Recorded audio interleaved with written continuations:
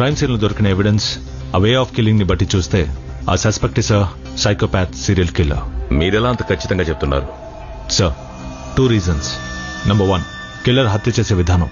Victim బాడీలో ఒక్క body part తప్ప ఇంకెక్కడ తను టచ్ చేసేది లేదు. And no sexual assault. Number 2, killer హత్య చేసిన తర్వాత ఆ చోట్లో సుమతి శతకం రాసిపెట్టి వెళ్తున్నాడు. అది మనం కనిపెట్టాలనే దాచిపెట్టిన చోటుని ఆ విక్టిమ్ సెల్ ఫోన్ లో వీడియోగా రికార్డ్ చేసి అక్కడ వదిలేసి వెళ్తున్నాడు. సీసీటీవీ ఫుటేజ్ చెక్ చేశారా? ఎస్ సార్, చెక్ చేశాం. హత్య జరిగిన 2 చోట్ల కావాలని చేసినట్టుగా 1 వారం నుంచి సీసీటీవీ పనిచేయట్లేదు. చెక్ చేసినప్పుడు మెయిన్ బాక్స్ నుంచి వచ్చే లైన్ ఎవరో కట్ చేశారని తెలిసింది. ఆ స్ట్రీట్స్ లో ఉన్న ఫుటేజ్ లోనూ ఎలాంటి ఇన్ఫర్మేషన్ లేదు. కిల్లర్ గురించి ఎనీ లీడ్? ఎస్ సార్, హత్య జరిగిన 2 చోట్ల కిల్లర్ ఫింగర్ ప్రింట్స్ దొరకలేదు, కానీ ఫుట్ ప్రింట్స్ మాత్రం ఉన్నాయి. సైజ్ నంబర్ 11, వాడి హ్యాండ్ రైటింగ్, ఫుట్ సైజ్. వీటిని బట్టి విక్టిమ్స్ కి సంబంధించిన ఫ్రెండ్స్, ఫ్యామిలీ, కొలీగ్స్ వీళ్ళందరినీ విచారించినప్పుడు ఏది మ్యాచ్ అవ్వలేదు. After which I found out that the killer is a handicap. Is it? Yes sir. ఈ వీడియో చూడండి.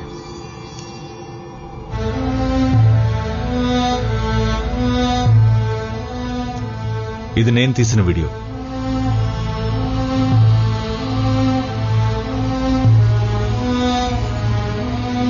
దీని ద్వారా మీరు ఎలాగా కిల్లర్ హ్యాండిక్యాప్ అని చెప్తున్నారు? సార్, ఈ వీడియోని చూడండి. ఇది కిల్లర్ తీసిన వీడియో. తను తీసిన వీడియోలో రైట్ హ్యాండ్ సైడ్ లైట్ గా షేక్ అవుతూనే ఉంది.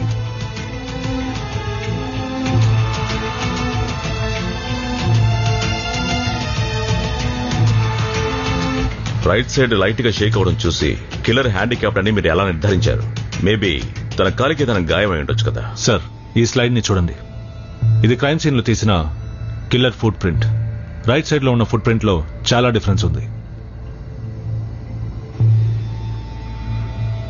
Up to my knowledge temporary injury అయిన ఎవరు స్పెషల్ గా హ్యాండిక్యాప్ కోసం డిజైన్ చేసిన షూని వేసుకోరు. Very good Victor. Thank you sir. Gentlemen, matter చాలా సీరియస్ గా ఉంది.